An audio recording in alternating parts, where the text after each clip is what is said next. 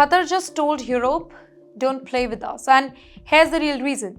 Qatar has become the new oil king of natural gas. Qatar owns the North Field, the largest natural gas field on the planet. It touches the maritime border with Iran. Now, this one single field is so huge that it can power the entire Europe for decades. Right now, Qatar produces around 77 million tons of LNG per year. By 2030, they want to reach 126 million tons. Now, that's like adding 2 more Qatars on the top of a Qatar. Qatar is making pipelines, LNG terminals, shipping fleets, deals with China, Japan, India, Germany, every single one. This is the superpower that is quietly rising. Now look at Europe.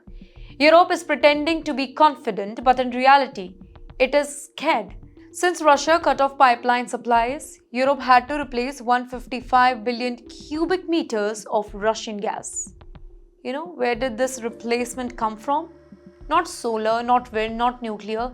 LNG, liquid gas shipped on tankers. Main source? The US and Qatar. So today, LNG covers 44% of Europe's total gas imports.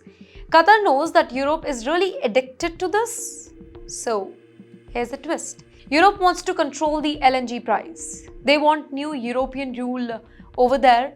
They want the right to penalize the suppliers. They want the right to interfere in contracts. Qatar is saying that if you want to interfere, then we cannot guarantee stability because LNG plants, they are not just 1 year project, right? Each plant costs about 10 to 15 billion dollars to build. Takes about 8 to 10 years to finish. Suppliers need long-term security. Europe wants short-term flexibility. This is the clash here. Qatar also knows that it has other buyers. It just signed a 27-year contract with China, 20-year contract with Germany, multi-decade contract deal with Pakistan, long-term deals with India and South Korea. Asia is buying every cubic meter Qatar can provide. So if Europe makes life difficult, Qatar will simply turn the ship towards Asia. Europe will not get priority here, specifically in winters. And here is one big factor that nobody is talking about. And that factor is Qatar's relationship with Russia, which is improving. Qatar's joint OPEC Plus meetings, they coordinate with Moscow on energy strategy. So basically, this means Russia plus Qatar can both squeeze Europe if they want.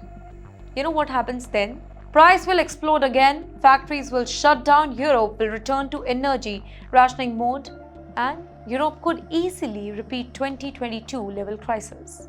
Qatar's message is basically that we saved you once, we won't save you forever. Europe right now is acting like the hero of climate change, talking about green energy. Yes, talking about carbon neutrality, talking about morality. But when the temperature falls below zero, Europe will again run to the same LNG suppliers, which is why this Qatar warning really matters. Energy is not about morality, energy is about survival. And today, Qatar is reminding the entire Europe who controls that oxygen pipeline.